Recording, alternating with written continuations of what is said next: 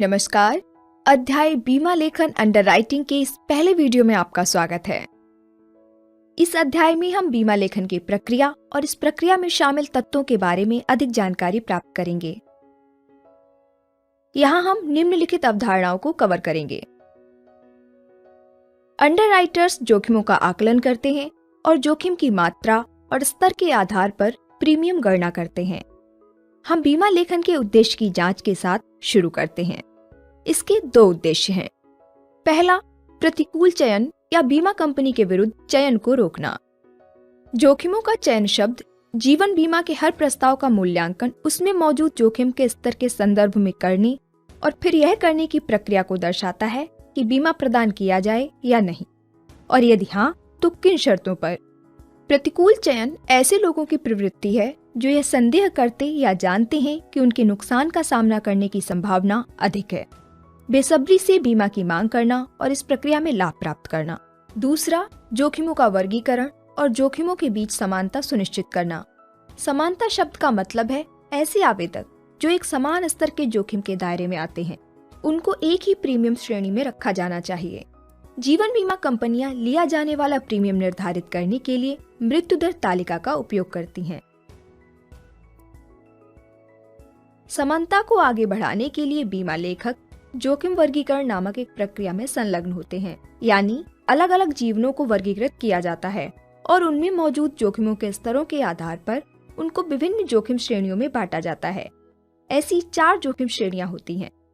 पहली, मानक जीवन। इनमें ऐसे जीवन शामिल हैं जिनकी अनुमानित मृत्यु दर तालिका में दर्शाए गए मानक जीवनों से मेल खाती है। दूसरी, वरीयता प्राप्त जोखिम। ये ऐसे जोखिम हैं जिनकी अनुमानित मृत्यु दर मानक जीवनों की तुलना में काफी कम होती है और इसलिए इनसे कम प्रीमियम लिया जा सकता है। तीसरी, अवमानक जीवन। ये ऐसे जीवन होते हैं जिनकी अनुमानित मृत्यु दर औसत या मानक जीवनों की तुलना में अधिक है, लेकिन फिर भी बीमा योग्य माने जाते हैं। और चौथी, अस्वीकृत जीवन। ये ऐसे जीवन हैं जिनकी दुर्बलता और अनुमानित अतिरिक्त मृत्यु दर इतनी अधिक होती है कि इनको एक वहन करने योग्य लागत पर बीमा कवरेज प्रदान नहीं किया जा सकता। यह कहा जा सकता है कि बीमा लेखन या चयन प्रक्रिया 2 स्तरों पर पूरी होती है। पहला, फील्ड स्तर पर। फील्ड स्तरीय बीमा लेखन को प्राथमिक बीमा लेखन के रूप में भी जाना जा सकता है। इसमें किसी एजेंट या कंपनी के प्रतिनिधि द्वारा जानकारी एकत्र करना शामिल है, जो यह तय करेगा कि क्या आवेदक बीमा कवरेज प्रदान करने के लिए उपयुक्त है। एजेंट प्राथमिक बीमा लेखक के रूप में एक महत्वपूर्ण भूमिका निभाता है। वह बीमार्थी को जानने की सबसे अच्छी स्थिति में होता है। धोखाधड़ी, निगरानी और प्राथमिक बीमा लेखक के रूप में एजेंट बहुत महत्वपूर्ण भूमिका निभाता है। दूसरा, बीमा लेखन विभाग स्तर। बीमा लेखन का दूसरा स्तर विभाग या कार्यालय स्तर है।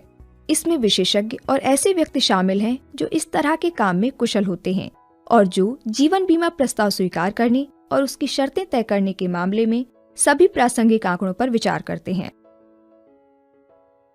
पहला, निर्णय विधि।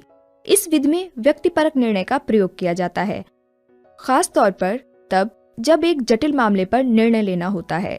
ऐसी स्थितियों में विभाग एक मेडिकल चिकित्सक की विशेषज्ञ राय प्राप्त कर सकता है, जिसे मेडिकल रेफरी भी कहा जाता है। उदाहरण, यह तय करना कि क्या ऐसे किसी व्यक्ति को बीमा दिया जाएगा जिसे तीव्र मधुमेह है और किन शर्तों पर। दूसरा, संख्यात्मक विधि।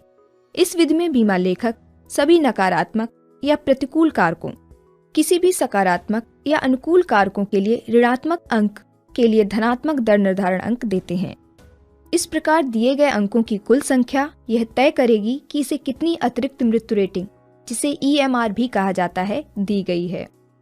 EMR जितना अधिक होगा, जीवन उतना ही अवमानक होगा।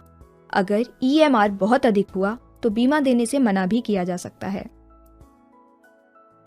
आइए अब हम बीमा लेखन के लिए प्रस्तावित किसी जीवन के संबंध में बीमा लेखक द्वारा लिए जाने वाले विभिन्न निर्णयों पर विचार करें।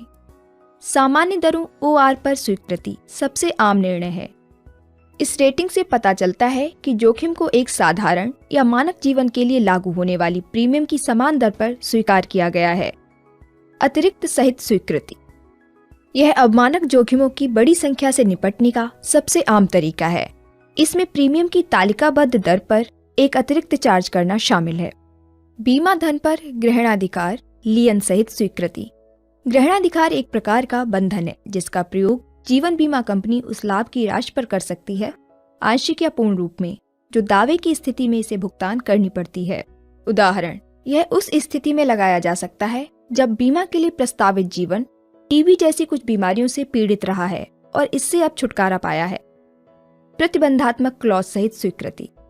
कुछ खास प्रकार के खतरों के लिए एक प्रतिबंधात्मक क्लॉज लागू किया जा सकता है जो कुछ निश्चित परिस्थितियों में मृत्यु होने की स्थिति में मृत्यु लाभ को सीमित करता है। अस्वीकृत या स्थगन। अंत में जीवन बीमा का बीमा लेखक बीमा के प्रस्ताव को अस्वीकार या इनकार करने का फैसला कर सकता है। यह कुछ ऐसी स्वास्थ्य है अन्य विशेषताएं मौजूद होने की स्थिति में होगा जो इस प्रकार प्रतिकूल हो कि वे जोखिम की घटनाओं को काफी हद तक बढ़ा देती हैं। धन्यवाद।